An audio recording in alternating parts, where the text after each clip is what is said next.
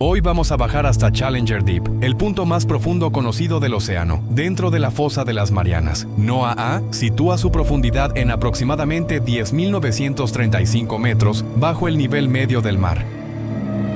¿Sabías que es un lugar tan profundo que, si colocáramos el monte Everest dentro de él, todavía quedaría cubierto por agua? Se encuentra en el Océano Pacífico Occidental y forma parte de la fosa de las Marianas. Su punto más profundo se llama Challenger Deep.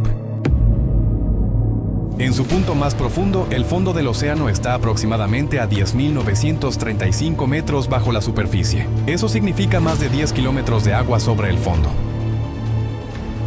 Para imaginarlo mejor, el Everest alcanza unos 8.849 metros sobre el nivel del mar. Si lo colocáramos en Challenger Deep, su cima quedaría todavía bajo el agua.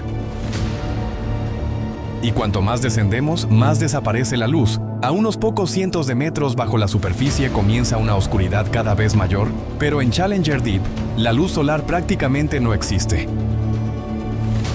Pero la oscuridad no es el mayor problema. Lo realmente extremo es la presión. A semejante profundidad, el agua ejerce una fuerza gigantesca sobre cualquier objeto que se encuentre allí. Por eso los vehículos capaces de llegar hasta allí necesitan estructuras especialmente diseñadas para soportar condiciones que destruirían un submarino convencional. Durante mucho tiempo se pensó que lugares tan extremos prácticamente no podían albergar vida, pero la realidad resultó ser muy diferente. Incluso en estas profundidades existen organismos capaces de sobrevivir a condiciones que parecen imposibles. La zona Hadal, donde se encuentran las fosas oceánicas más profundas, continúa siendo uno de los ambientes menos explorados del planeta. Pero existe un límite. Los científicos creen que los peces tienen enormes dificultades para sobrevivir a profundidades superiores, aproximadamente a 8.200-8.400 metros. Más abajo se han encontrado otros animales, especialmente invertebrados.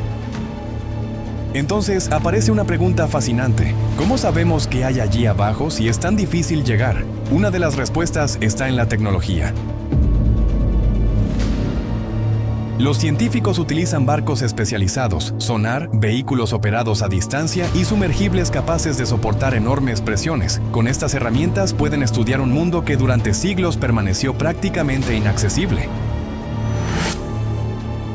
Pero llegar al fondo de la fosa de las Marianas no es algo nuevo. En 1960, Jacques Piccard y Don Walsh descendieron hasta Challenger Deep a bordo del batiscafo Trieste. Imagínalo, dos personas dentro de una pequeña esfera metálica, descendiendo durante horas hacia una oscuridad que ningún ser humano había explorado de esa manera.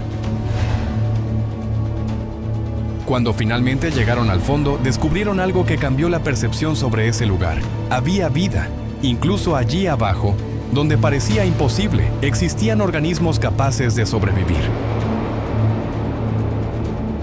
Pero ¿por qué existe una profundidad tan enorme precisamente allí? La respuesta está en el movimiento de las placas tectónicas. La fosa de las Marianas se encuentra en una zona donde una placa tectónica se introduce por debajo de otra. Este proceso se conoce como subducción y durante millones de años ha ayudado a formar esta enorme depresión submarina. Es decir, el lugar más profundo conocido de nuestros océanos es también el resultado de las mismas fuerzas internas que pueden producir terremotos, volcanes y transformar la superficie terrestre. Y hay otro dato sorprendente. Aunque tenemos mapas del planeta entero, todavía no conocemos con detalle todo el fondo del océano. NOAA señala que, hasta junio de 2024, solo alrededor del 26% del fondo oceánico había sido cartografiado con alta resolución. Eso significa que, mientras conocemos perfectamente lugares de la superficie que vemos todos los días, debajo del océano todavía existen enormes regiones que conocemos muy poco. Y estudiar estos lugares no sirve solamente para satisfacer nuestra curiosidad. Los organismos que sobreviven bajo condiciones extremas pueden ayudar a los científicos a comprender cómo funciona la vida en ambientes extremos.